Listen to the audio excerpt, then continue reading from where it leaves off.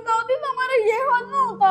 मामा बहुत याद आती है, जब मैं डांटती थी कितना बुरा लगता था। कायनात बेटा आके मेरी हेल्प तो कर दो। मामा अभी मैं गेम खेल रही हूँ। और मोहम्मद शहीर आपकी बुक्स भी वहाँ बिखरी पड़ी है। मामा मैं बाद में कर लूंगा, मत याद दिलाओ मुझे। मोहम्मद शहीद खाना खा लो। मैं ये जली रोटी नहीं खाऊंगा, मुझे ऐसे ही बनाने आती है। हम तो मामा के अच्छे खाना में से भी नुक्स निकालते थे। कितने गंदे खाने बनाती है मामा, कभी नमक तेज और कभी कच्चा खाना। मेरी मामा हमें माफ कर दे। कर तो भी मैं बहुत थक गया हूँ, मुझे तो अभी कपड़े भी धोने हैं। मामा क्यों चली गई? मामा के होते हुए तो हमने कभी ये काम नहीं किए थे। आपको बहुत तेज बुखार है, दूध पी लो। मामा के हाथों से पीऊंगा। मेरे भाई जो चले जाते हैं वो वापस नहीं आते। मामा बस एक बार वापस आ जाए, मैं आपकी हर बात मानूंगा। एक अकेली माँ 7 बच्चों को पाल लेती है, लेकिन जवान होकर वही 7 बच्चे एक अकेली माँ को नहीं पाल सकते, तभी ओल्ड एज होम्स भरे पड़े हैं। माँ वो खूबसूरत हस्ती है जो आपके 100 बार धुतकारने पर भी आपसे मोहब्बत करना नहीं छोड़ती। इसीलिए अगर आपकी माँ जिंदा है तो उनकी कदर करें, एहसास करें, वरना एहसास उनसे जाने और कदर उनसे जाने जिनकी माँ नहीं है।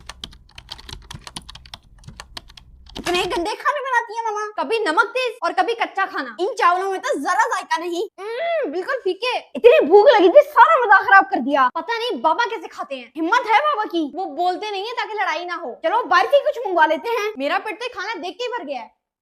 मामा मेरा नाश्ता नहीं बना। नहीं बना बेटा। मामा मैं आज पराठा खाऊंगी। बेटा मैं बहुत बुरे पराठे बनाऊंगी। ये आपसे किसने कहा? अंडा पराठा तो आप बहुत अच्छा बनाती हैं। बेटा मैं कुछ अच्छा नहीं बनाती, पता नहीं आपके बाबा कैसे खाते होंगे। मामा क्या आपने हमारी बातें सुन ली थी? ये कान साहब ने कहा था। हो सब कुछ मुझ पे डाल दिया। कोई बात नहीं, आज से मैं कुछ नहीं बनाऊंगी, आप और कायनात आप ही बनाओगे। मैं कैसे? सॉरी मामा, हमें माफ कर दें, हमने आपके खाने को बहुत बुरा भला कहा। मेरे बच्चों, कोई माँ ये सोच कर नहीं बनाती कि वो बुरा खाना पकाएगी, इसलिए खाने में कभी ऐब मत निकालो। अगर पसंद ना आए तो मत खाओ, क्योंकि इस तरह पकाने वाले का दिल बहुत बुरा होता है। जी मामा, अगर हम चुप करके खाना छोड़ देते तो आपका दिल ना दुखता। मामा आइंदा से मैं कभी खाने को बुरा नहीं कहूंगा।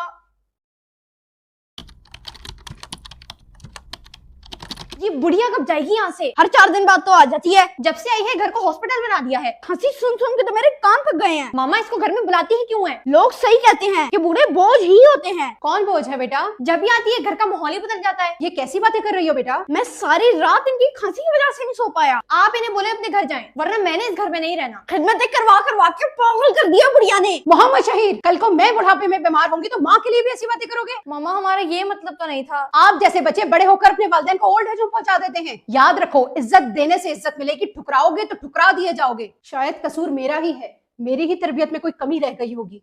आज हजारों वालिदैन ओल्ड एज होम में पनाह लेने पर मजबूर हैं और दम भी वहीं तोड़ जाते हैं, जो कि उनकी औलाद के लिए अफसोस का मकाम है।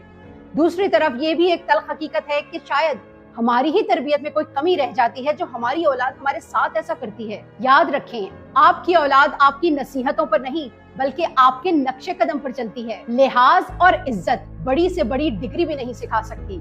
अगर सिखा सकती है तो सिर्फ घर की तरबियत, क्योंकि तरबियत बता देती है कि परवरिश हुई है या सिर्फ पाला गया है।